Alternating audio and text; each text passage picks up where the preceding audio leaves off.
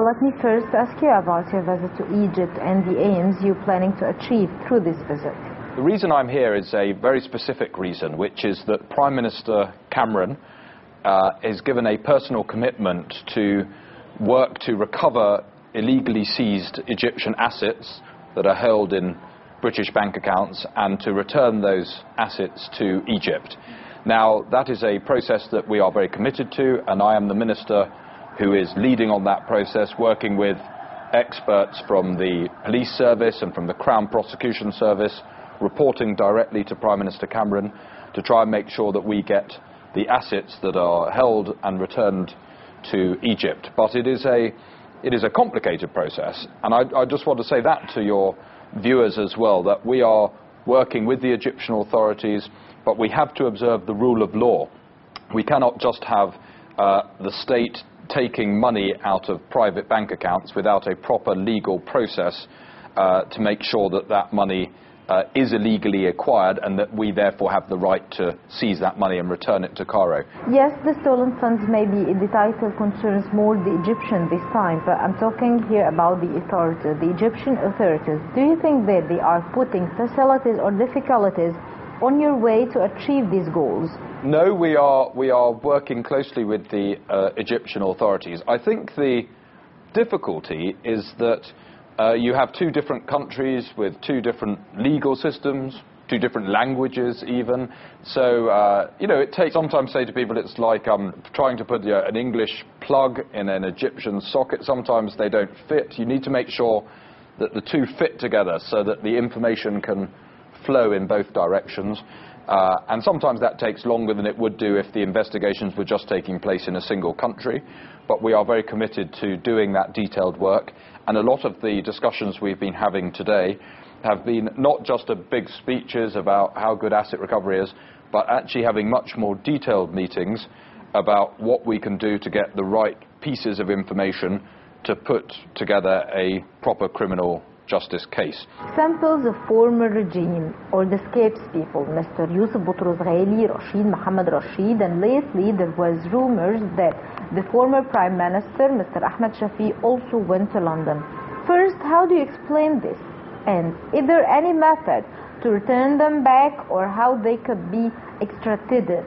I don't want to comment on individual cases because we avoid doing that generally, but if there are applications for asylum or extradition, we have processes of law for that happening, not just with regards to Egypt, but with every country in the world.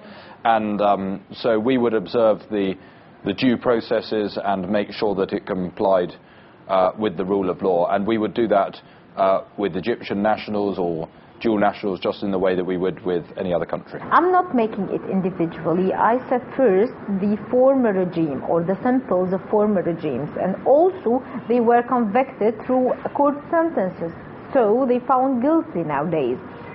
Is there any way to get them back in Egypt? Well, I mean, as I say, I mean, if individual cases come up, then they would have to be dealt with in the appropriate way, but we are certainly not discriminating against Egypt. We have no hidden agenda.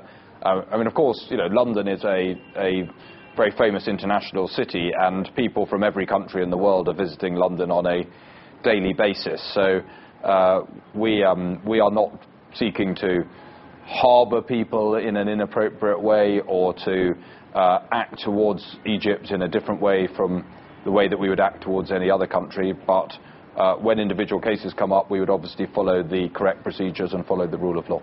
United Kingdom and Egypt, and all we know that there is a huge cooperation in the fight against terrorism. Do you think that the uprising of the Islamic parties, especially in the Arab-speaking countries, could affect the idea of terrorism in the Middle East? We don't want to interfere. This is a process of political development and the creation of civic society in Egypt, which belongs to the Egyptian people. And we want the Egyptian people to create their own positive future for themselves, and we want to see civic society flourish in Egypt. We want to see Egypt become a more prosperous country. We think Egypt has huge potential. It's a large country. It's a population same size as roughly as Germany. You know, it's a large population. It's a regional leader, and we think that Egypt can play an increasingly prominent and important role on the world stage, and Britain wants to be a very close partner of Egypt. Finally, I want to ask about the support that United Kingdom gives to Egypt in the democratic transition zone. Egypt receives a very high priority within the British Foreign Affairs Ministry. Foreign Secretary Haig has been here to Egypt and takes a lot of interest in developments here.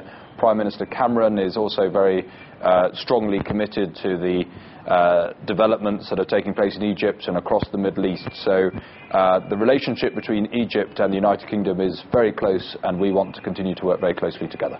Mr. Jeremy Brown, thank you for being with us at ALhayat TV and ALحياة اليوم program. It was a pleasure. Thank you.